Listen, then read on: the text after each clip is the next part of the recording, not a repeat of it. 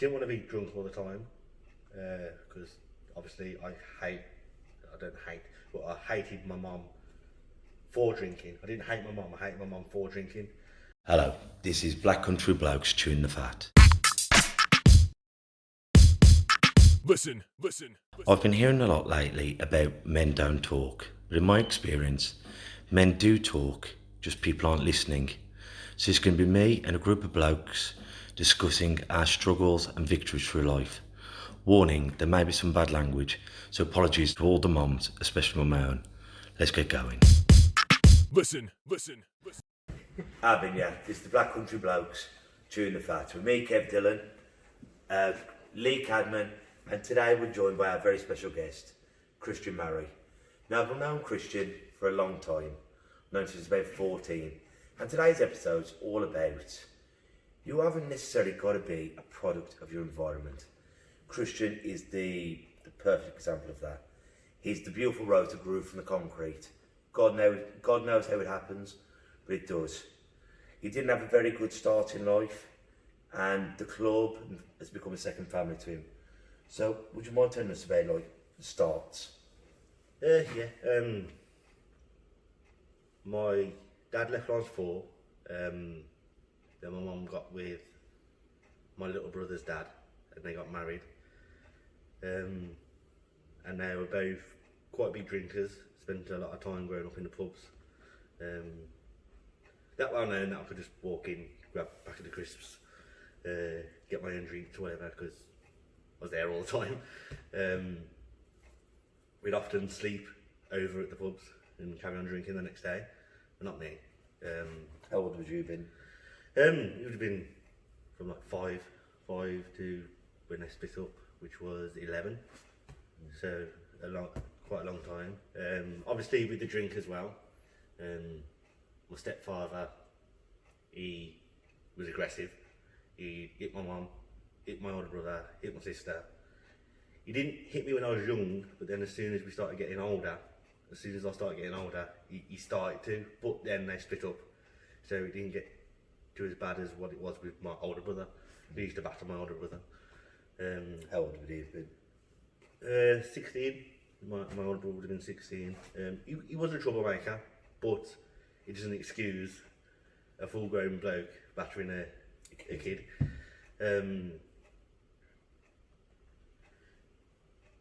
Looking back, because I was in it, so I feel like my life was not that bad. But looking back in hindsight, as I'm older, And as a dad? I would never put my kid through that. Growing up, I still thought I had a pretty decent life. But looking back in other people's opinions on how I was brought up, it's like they say, oh, it was bad back then. And it took me a while to realise, actually, yeah, maybe it was bad. That shouldn't have happened. You don't know any different if you don't have anything to compare it to, do you? Yeah. And I've always had a good friend backing around me. Like the parents of my close friends have always took me in, fed me when I needed to be fed, gave me a roof over my head when I needed a roof over my head. So that takes some of the sting away from the dysfunction at home. But I'd say the troubles really started when I was 11, when my mum and stepdad split up. Because then my mum went off the chains. She lost her job because she was drinking all the time. It wasn't just a weekend thing or an evening thing, it was every single chance she could get. She'd have good days, bad days, but she drank a lot, and I had to look after my little brother because he was in primary school. You'd only just been in secondary school though, wouldn't you? Yeah, just year 7, year 8. I'd have to wake him up, make sure he's got school uniform. Oftentimes there was no school uniform because Mum didn't do the washing because she'd be drunk on the weekend and whatever.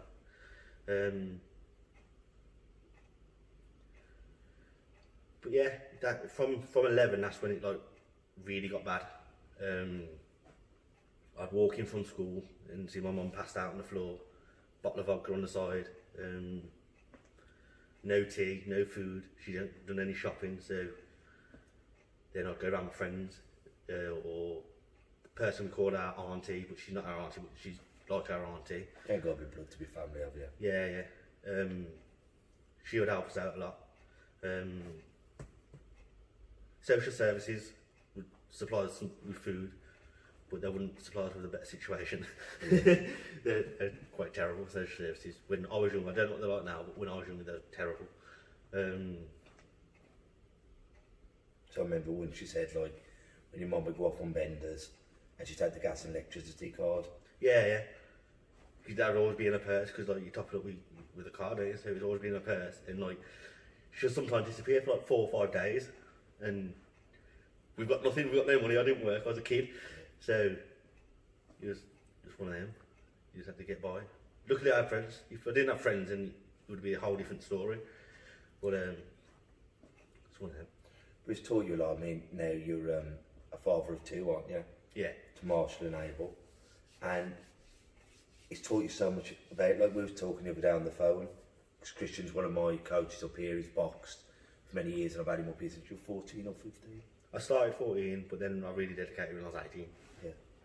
But then you were up here all the time with me, wasn't you? Yeah, non-stop. But you're saying, like, from the age of like 13, 14, you had in your mind that you wanted to be a daddy. Yeah. And there you are. You've learned so much about how not to do it, and you worship your children, don't you? And Yeah. I'm very, my kids are everything, and that was my. It was. I think because I didn't have that functional parent relationship with their kids, that I wanted to have it for myself to show that it can be done, sort of thing. So I'm not just to prove that it can be done. Yeah. Like there's no. I suppose also you knew what you was missing out on in some sense as you got older, so you don't want your kids to ever feel like that. It's not missing out on financial things. No, I don't It's missing mean out that. on quality that's time, it, isn't quality it? time. Yeah. 100%. It's just as long as I'm there for them. Doesn't matter if we ain't got a roof over our head. We'll be together. Yeah. If they know that I'll keep them warm. Because I've never been about money. It's relationships, and you want, as long as you're together and you're supportive, then that's all that matters. That's all that counts, really. But when, like, growing up, like from the school years, school didn't serve me well because they didn't care. They knew about all the situation at home, because my mum tried to off herself, and it was a really weird story with that, because I was in class, I was sitting there and I looked at my mate, who's my cousin mate, and I went, I think my mum's doing something. I went, I just got a real bad feeling that my mum's doing something. And he goes, go home then. And I was like, I think I'm going home. And when I got home, she weren't there, but there was all pills on the table. I was phoning my sister saying, what's that? I don't know where mum doing, pills are all on the table and whatnot. And the auntie, not auntie, she phoned me up and goes, yeah, she's in hospital, she tried to kill herself this morning. And it's like, it was weird because I felt that before, like, I was in school, but I felt it, and it happened. How old would you have been? About 14. I was 14, but then obviously my young brother's 6 years younger than me. There's him to take into consideration as well. So yeah, hindsight looking back, yeah, it wasn't the best. But at 14, you don't know your head from your arse, do you? Because you're into everything, your hormones are everywhere. Then when you've got the responsibility of having to look after your sibling, then you're constantly worried about your mother. It must be extremely tough. Yeah, but you get through it. It's like while I was in it, it was just like, oh, just one of those things. The next day sort of thing. You just carry on with it. And looking back, then obviously you go, oh bloody hell. You can see where people diverge and they can't help but go off the track and not keep a level head in that. So what was your key? What was your thing that has kept you on track? It's I don't know. I can't really say that. Oh, because I'm so strong-willed or whatever.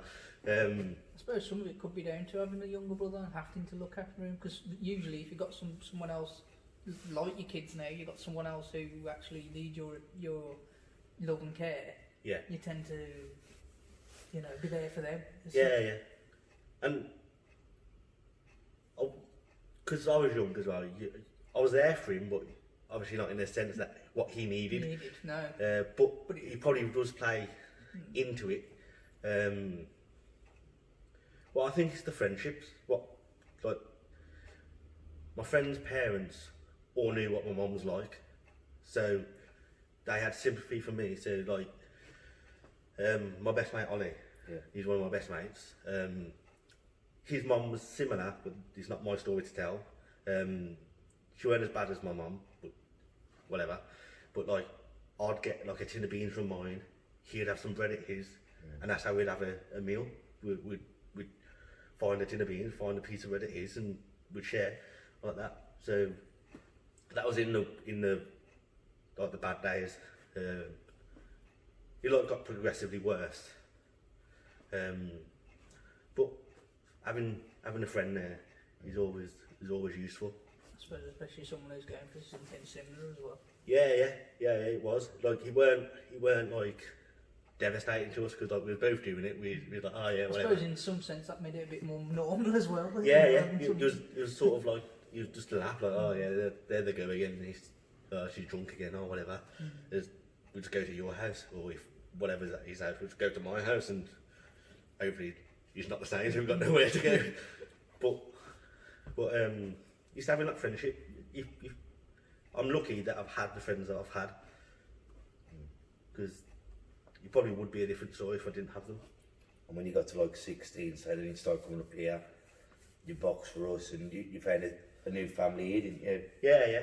Well, it's probably one of the reasons why I was always here. And you was here for 10 hours a day. Yeah. Plus the free fruit. yeah, you would get us food and whatnot. But it probably was why I was here full time. Yeah. Because going home wasn't the best. Because later on my mum started to get abusive to me. We lost a house in Wollaston, and we had to go live in a family hostel. And obviously she flew off the rails then because she didn't have to pay for anything, and social services would be more involved because they know there's a kid there.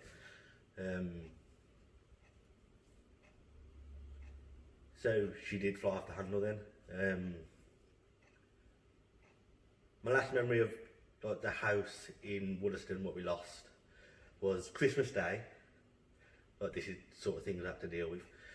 Christmas Day, we woke up. I woke my little brother up. Went downstairs into the kitchen, and the music was playing, and that was always an indication that my mum had been drinking. And I was like, oh, okay. Get Brandon, open his presents, don't worry about her, me and you will open your presents.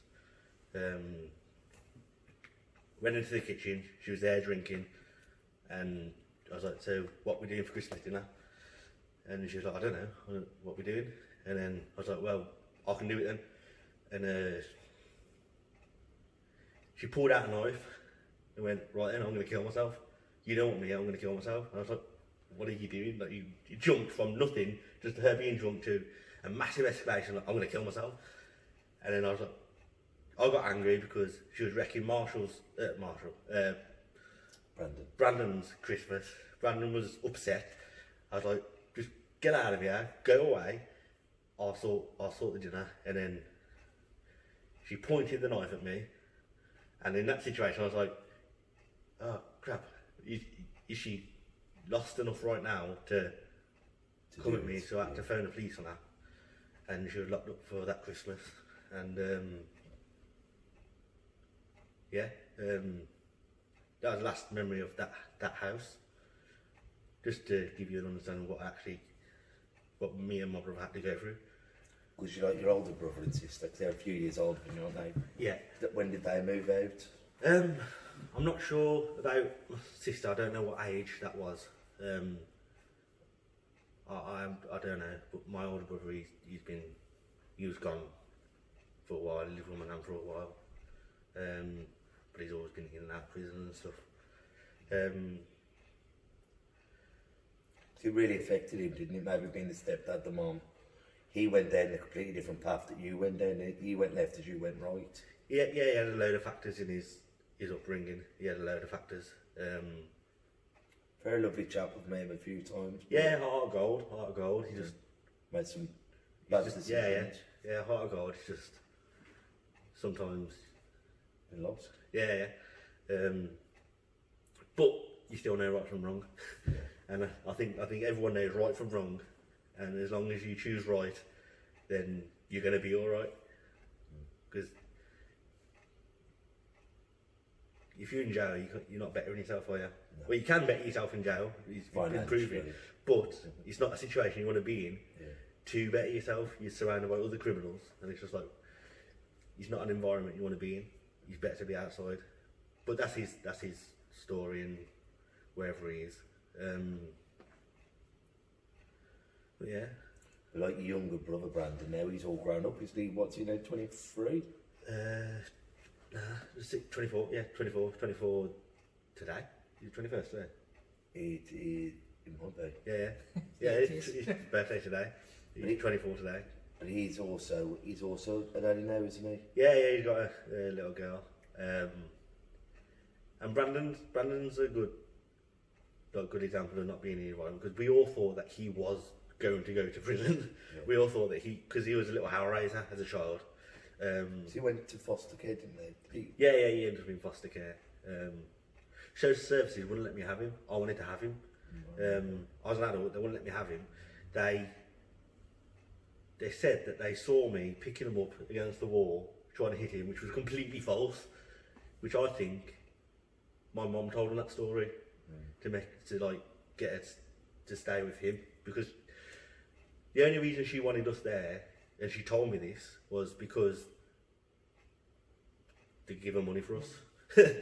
So and it's so upsetting when families are separated, but the brother can go with the brother, or the sister, or the aunt, or with the nan, but they choose to take them out. Like, because I remember it at the time, you were only young, early 20s, wasn't you? Yeah. But you would have loved to have got a flat and raised him, because you'd always been together. Yeah, it would have gave me that thing what I wanted when I was 13. Precisely. Like a kid. I can look after him, I can give him these conditions, like you gotta wash up, you gotta tidy. Yeah. And try and trim him into away from prison. Because we all thought you were going to go to prison. I wanted to be the one to say, no, you gotta wash up, you gotta do your own, you gotta do this. But they could have put him with someone, and it might not have been right, but you were always loving to him. Yeah. We obviously had our brotherly, feuds. Yeah. Whatever. I was trying to toughen him up. But Big brother justice. Yeah. I'm doing it for your benefit. Why are you hitting yourself? But he sees the benefits now, because he's a tough little cookie. But back then he thought I was just bullying him, which probably was a little bit. But obviously, I was with love. Yeah. I was not really. I weren't hard at all in school, and I could get picked on them by anyone. I wouldn't be able to say anything. And I didn't want that for him, but I didn't want him to be a bully. I just wanted him to be able to knock out the bullies. Yeah. But he's turned into a good, despite everything, and he's avoided jail. So he's proved everyone wrong. And this is what I want to say to a lot of, this is why I wanted to get you on, because people see, because I'm the son of an alcoholic, doesn't mean you're going to become an alcoholic, because it's put you off fully, hasn't it? Yeah, I don't drink much at all. It's like I've had last year, I think it was 2.5 Guinnesses, and that was over Christmas. But I have drunk, but I don't want to. I've never been drunk around my kids at all, ever. I think that's one thing that I think has affected me. I just won't drink around my kids. I won't take them to a pub unless it's a meal pub, so I can have meals with them. There's nothing wrong with it. It's just I don't want to do it. Mm-hmm. I think because I've got so much bad associations with it. Time in a pub as well. Yeah. It's kind of no interest. And I know what it's like to be a kid wanting your parents to take you home, but they don't want to go home. They just want to drink.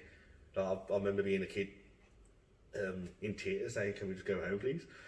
And they're like, "No, after this one. It's always after this one, after this one, after this one." And then it's just like, you go off, you go play, go find a kid to play with. But then also, hindsight then, it's just like, well, they're absolutely battered. They don't know where you are. And pubs are full of strangers as well. Yeah. It's just like, well, you've allowed me to be in this situation. Looking back, they allowed me to be in that situation where it's just like, it could have been potentially really dangerous. A fight goes off. Yeah. The glasses get thrown, or there's wrong people in there. It was Woodstock as well, so there's always a fight. My mum has said that being involved in it. But do you have any involvement with your mum now? Very, very limited. I was against it completely. I was really against it. I thought, I don't want any toxic people in my life. I thought it's just going to be a headache, but I don't want and I don't deserve, so I'm going to avoid that. But then it's your mum, so you want to, like, you don't want, it sounds morbid, but you don't want her to die and they're not seeing her grandkids, or you give them the option to see their nan. It's a morbid reason, but I didn't want to have that on me to go like, well, she died not knowing you, sort of thing. And she still drinks now? No idea. Very limited. Most likely, probably. I don't see that changing. What's she been like with your babs? Sound, really nice. She helped us out over Christmas. I just want to keep it limited. I don't want. That's totally understandable. I don't want my kids to be let down, because I know what it's like. It's like, oh, I'm not drinking anymore, and then you go into the bathroom. Why isn't it flushing? You're looking inside the toilet thing, and there's a bottle of vodka. What's stopping it from flushing? He's like, what are you doing? Of course, as I was saying, no doubt your two children have a good impression of her at this point, because I dare say. Yeah. So she sees, if something was going to happen, at least they'd leave with that. Yeah. She's a nice person. She is a really nice person. It's just a shame that she has got that affliction. It's one of them. Like, she is one of the nicest people you'd know. It's just she's an alcoholic, and it's just and she ruined her. It has ruined her. And then while I weren't seeing her, I was hearing stories about her, and it just went really bad. When she realised it, like, because like the family cut her off, pretty much everyone knows, like, we don't want that drama. And then she just went, okay, I'm going to go off the rails. But now I think she started to rein it back in. Brandon is very active in her life. And he's active in his dad's life, because he left. He didn't see him until he was like 18. But Brandon needs that sort of, like, I want my parents. Yeah. Whereas he hasn't had them, has he? So no doubt he does. Yeah, but I'm like, whatever. I'll choose to talk to you if I want to talk to you. But you've also had male influences from being up here, and a loving Auntie Julie, and yeah. So you have had that if you ever needed it. Yeah. You could see other blokes being thinking, well, that's the kind of man I want to be like, or that's the loving woman I want as my partner. Role models aren't just what you've been given. You can find other role models, can't you? Yeah. But I think I've learned a lot from doing, like, what not to do. Yeah. I know not to do that. I know not to do that. It's a horrible lesson, but it's a lesson that sticks with you forever, doesn't it? Yeah. It's I'm happy with the way I brought up there. I'm glad that I wouldn't change anything, because I'm happy with who I am. Wish I had more money, but but I'm happy with who I am as a person. Can I ask you a question though about alcoholism? Do you think it is an illness? at the start now. I think it's at the start now. You're choosing to drink. You'll end an illness. It might be spurred on by a mental illness, like it's your way of coping, but you're still choosing that as a mechanism to cope rather than going to get help for your whatever it is, your affliction. But eventually, it becomes too much of a habit, and it becomes normal to you. That's your way of dealing with things. No matter what it is, that's your way of dealing with things. But I do think largely it's a choice, because my mum, Fred's dog would die down the road, and she would go, "Oh, but that's really sad. Drink." Oh yeah. Fred's back alive, have another drink. Yeah. It's like, who's Fred? Oh yeah, this person. It's like any excuse to have a drink, she would have a drink. So she'd use things just to drink. So that, to me, that is a choice. She just wants to drink. I think so many of us, they do that anyway, don't we? Good day, drink. Bad day, drink. But it's the extent of the drink. Yeah. And it's early doors drinking, or it's drinking before work, or... Yeah. Because she used to hide her drinks everywhere. Like, there'd be like in the airing cupboard. Like, you go to get a towel and dink, and hit your hand on a bottle. Like, and so she knew that she shouldn't be doing it. Yeah. So it was like she was hiding it, knowing that she shouldn't, but she couldn't not do it. Yeah. And she was a gambling addict as well. That's where our money would go. I'd work and give her a majority of my money, and I thought that I was helping paying off the mortgage, but it weren't. It was just going into the bookies and into the off licences and the pubs and stuff. People don't realise how dangerous gambling is at the moment. Yeah. So whenever I see the banned cigarettes being advertised, the banned Budweiser sponsoring the big fights, but every advert when the boxing's on now is gambling. But gambling takes just as many lives through suicide, takes as many homes, and if you have got a gambling addiction, it's as bad as heroin, because it can fuck you up just as much. And in some ways, it's easier to hide than an alcoholic. If they're drunk, you know. Yeah. If you're on drugs, you tend to know. Actually, gambling, if you've not got access to someone's bank account or cash funds, you don't know. You could be flitting away your house and no one actually know about it. It's all on your phone, isn't it? Like, I gamble, and I can see where the traps are. I can go like, okay, I'll just bet £10 more than I wanted to because I lost that last bet. And then it's the chase. It's the chase. But then there's the excitement, and I'm like, that was really close. That one was. It was really, really close. I can see where the addiction can be, but some people can't see that, and it's just like, keep going. Well, I've made £50 today. I've lost in the bookies, so I've got to put more on it because I've got to get that £50 back. Because I need to pay my mortgage. I need to pay this. But before you know it, you're £500 in the pot, and you're thinking, that's 3 weeks' work. And because I have chased trying to get my money back sometimes, you put it on riskier bets because it's a bigger payout. Knowing full well you're never going to get it, but you think, just in case, because it is exciting chasing it. Like the chase is exciting because you think, crap, I lost that one. I need the next one. I need it. I can see where people can get addicted to it. That's the same with drugs, isn't it? You have your first hit, then you're chasing the hit for the rest of the night. It's the same with the gamble. You're chasing that first thing. Yeah. Or if you win, you think you can win again. Yeah.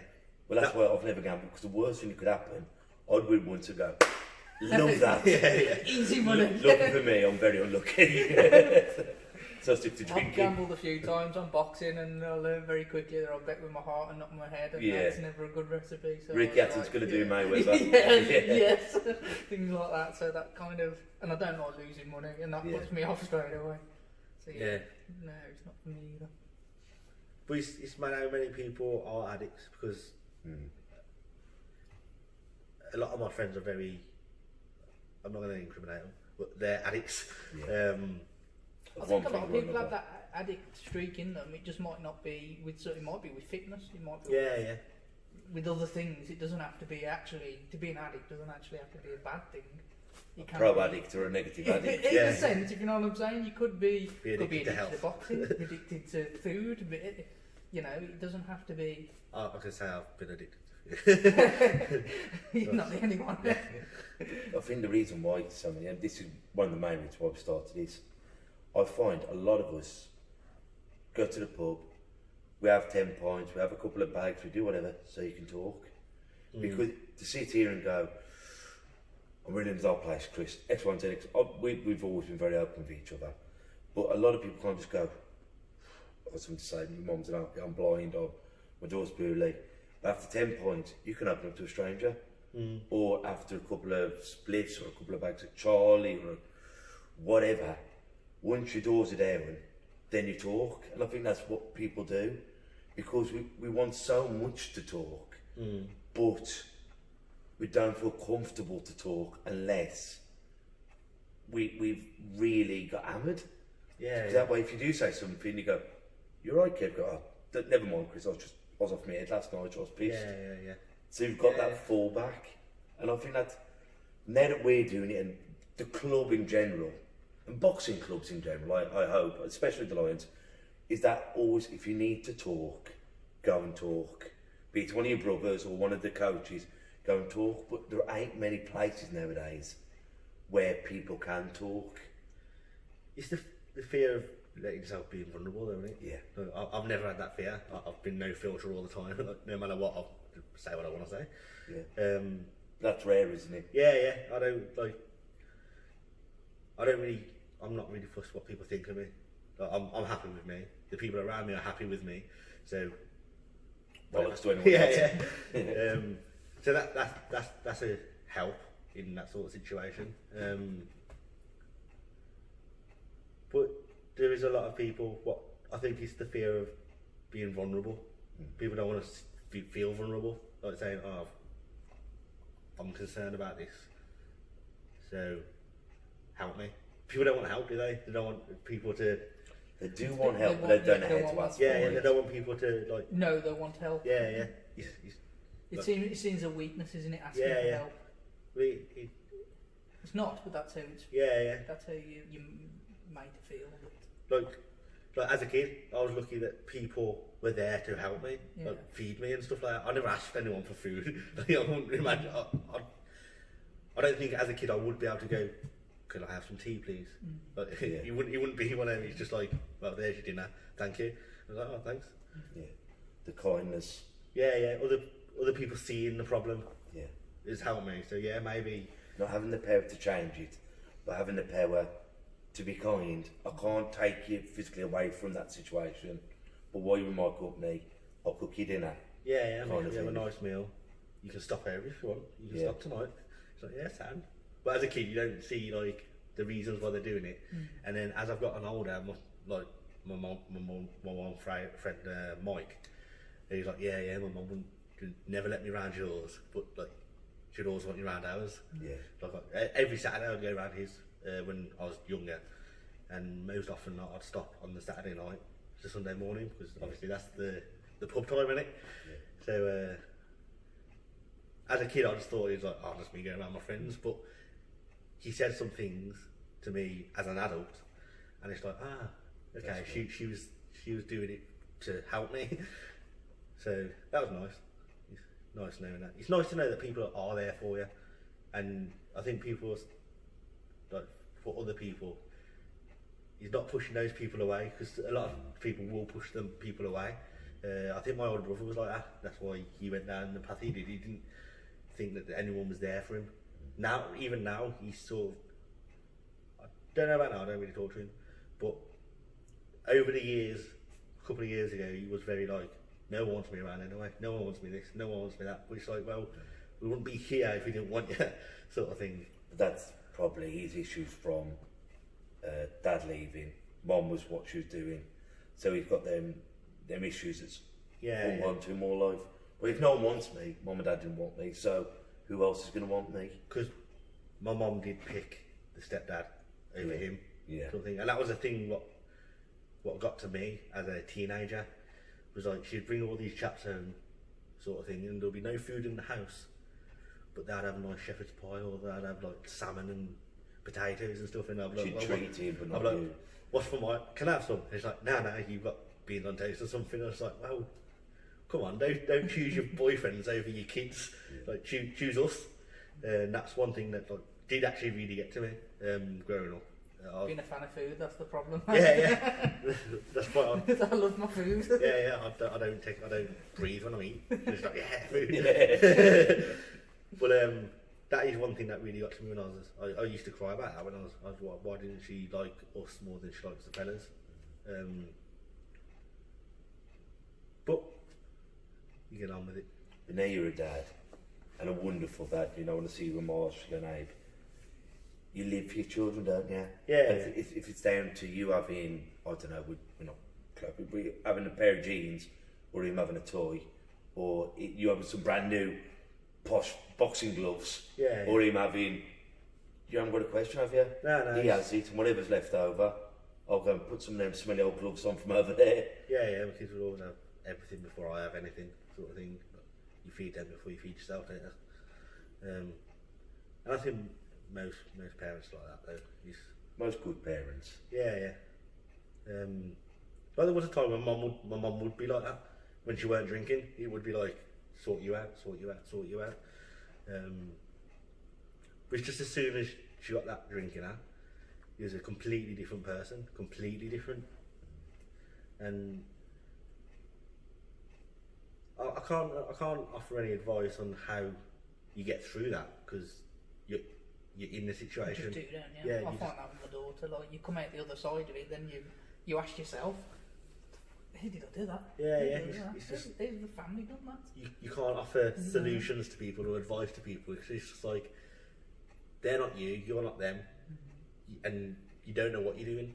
You're just doing. My dad said on his podcast, he goes, once you're in a fight, you don't think, you react. You eat them, you pick up an ashtray, you do whatever you need to in that situation. Afterwards, when it's all over, you go, what the fuck just happened? Yeah. And that's life, isn't it? Once you're in it, you're in it.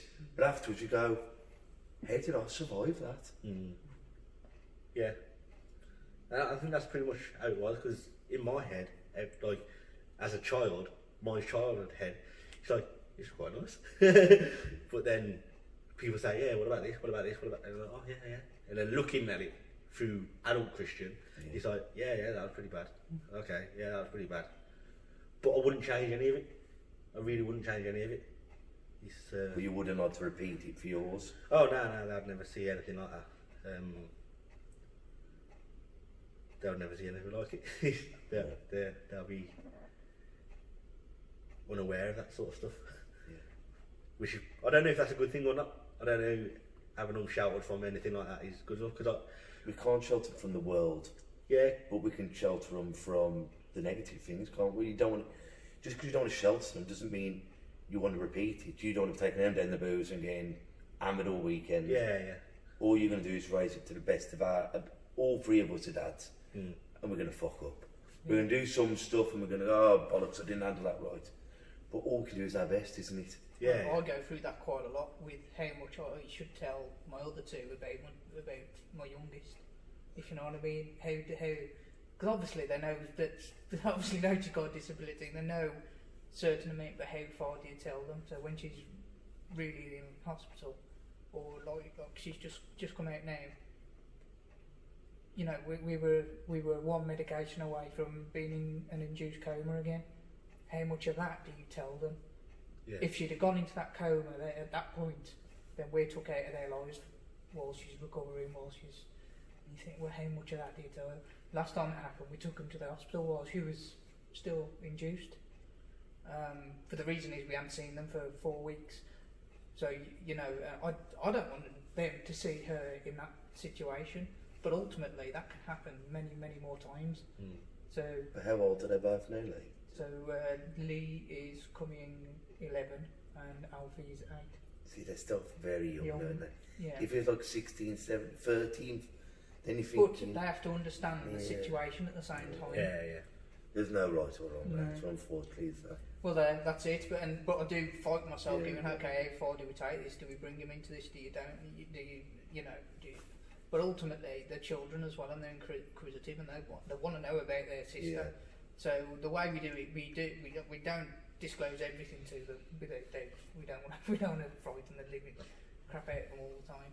But I think there is occasions where I feel I step over and should tell them more than Kids not, aren't not resilient. that what I need to know, but more than what I'd like to tell them, because I feel it'd be beneficial to them, you know, to know that a bit more. Because kids are resilient.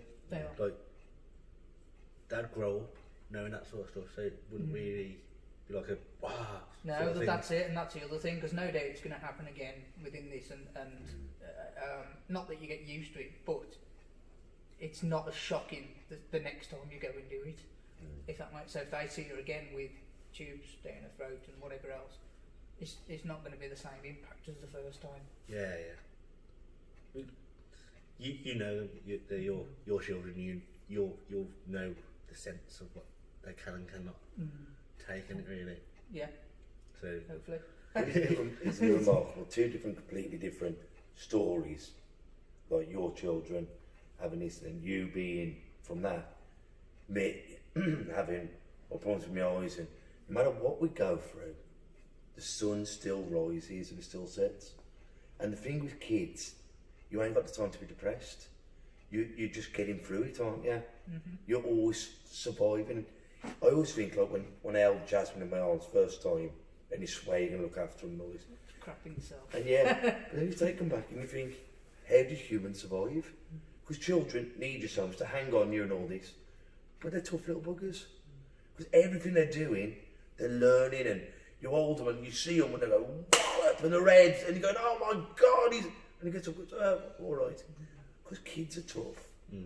And they're seeing stuff, and no matter what atrocities, whether they're in a rainforest or in a war zone, or whether they're even worse, living in bloody Dudley, you know, they survive. And they're so remarkable that we've got that in us. You know what I mean? Like you coming through what you are, going through what you're going through with your children, whatever, we survive. And we can't underestimate the will of people, because we are remarkable creatures, humans. And I think sometimes that's forgotten, isn't it? They go, well, how about it? We will get through it. Yeah. And with family who help you, with loved ones, with team members. If you see someone who's down or a bit hungry, go and offer to help them. Or even better, just go, I brought 2 sandwiches. Here, I'm burnt. yeah. They haven't got to know you've got to eat your way to buy the sandwich. Just go, well, I ain't going to eat this when you have it. There's subtle ways of being generous. And everyone needs help. Everybody. So you're never going to be ashamed of accepting help. Everyone needs it. The shame ought to be in not offering it. Yeah. There ought to be more shame around not offering you help. Yeah, if you know for a fact that something's wrong. Like I don't like social services because of the fact that like they knew something was wrong. They'd come round, my mum would be drunk on the floor, and they'd look at me and go, "You're right looking after your brother." And I'd be like, "Well, yeah, but." That amazes me. Like, That's only like how many years ago? yeah. 15 years I'm ago. hoping to God it's better now. Because that 10 years ago, amazes that was 10 me. years ago. 10 years ago that was. Not that, well, should name her if I remember her name. Hopefully she's not still in the social services thing, because she'd just look at me and be like, "Well, you're alright looking after him, aren't you?" I'm like, "Well, How old would you have been at that point? 19, 20. 10, 11 years. But that, isn't it funny on the flip side to that coin? Oh, you're right looking after him. Well, can I take him on? No, you can't have him. Yeah, we saw you picking up against the wall. It's like, no, you didn't. Yes. So even my little brother goes, no, it wasn't him. So you're willing to survive in hell, but when you want to take him out of hell and love him, and then we can get you both set up in a council flat. Yeah, It yeah. won't help you. Yeah. It would have been. You probably would have set us up better. It would have set us up better because I think we would have had each other. We would have grew with each other and helped each other, grow into adults. Yeah. But he went with my older brother, who's got his own demons, which I don't think that should have happened. And then he went into into a foster family. Then you went into hostels, didn't you? Yeah, I went. Well, I split with my ex and went into a hostel. But there's always silver linings because then I met my missus, and she really sorted me out. Mention her name and I'd forget it. Sarah. I met Sarah. She was the beauty, I was the beast. I just came out of hostel. I didn't have any floors, like carpets or anything in my flat. My duvet was a bed sheet. My coat was my pillow. There was towels as curtains. And then I think it was like after a month of being with her, I had an apprenticeship. She was working. I had floors. I had a duvet. I had pillows. I bought myself a PlayStation. I got completely settled when I met her. And then later on, I went back to college to try and become a teacher. Changed my plans, as yours do. I got into university. University was never a thing in my life at all. Growing up, like school wasn't a thing in my life. Like I didn't do my GCSEs when I was at school. I turned up to the exam, looked around, went, oh, I don't want to do this, and walked out. So all my scores like U's. But university was like it was a different planet to me, university. But then I got into like Birmingham Uni, which is like a good uni to get into. My missus went there. Then I went to college and everything, and I got accepted into Birmingham Uni, and I was like, well, bloody hell. I thought I was just going to be on the dole all my life. At one point I thought I was going to be on the dole, but then I met her and she sorted me out, then we had kids, and then it is what it is. But your real passion is boxing and coaching, isn't it? Because I think the reason what makes a great coach is they've got to have had pain in their life, so you can identify it with people, so you can go over to the little misfit or whatever and bring them on. You know when to give them a rollicking, and you know when to give them the love. Yeah. And having that patience to see, all right, you're never going to be an Osama or a Connor Jones, but you're trying your bloody best. Yeah. That's all I can ask for. And I think the club helped me in that aspect of like being disciplined and like fighting for something. Like you ain't just getting on through life. You can actually set this goal, set that goal. You fight for something. You win, you lose. When you lose, you carry on training the next day, sort of thing. After all my fights, I used to run out. I used to go on a run. People offer me lifts, like, no, I want to run. Win or lose, I just wanted to keep active. Good job you don't get a fight in Scotland, mate. Yeah, yeah, the local shows. But yeah, having this here, maybe like I weren't always at home, was I? No. So that if I was always at home or something, maybe I would have ended up being more on the street, doing. Because there was a time where like that fork in the road was a viable option. Like I did hang around in the streets as a kid, like teenager, and it was like, well, I could go down that road of like selling drugs and doing whatever, and it was attractive. It was an attractive sort of lifestyle to look at, thinking, oh yeah, I could have money without actually working and stuff. But luckily, I think when I got with my ex, it's always women with me. I got with my ex, and it's like, oh no, I don't want to anymore. I've got a house to stay at. On the evenings, I can go around yours and then go home or whatever. And then the next day I can come up here all day. Then on the evening I can go around yours for a few hours. Then I'm only stopping at home. Then it's only a place to sleep.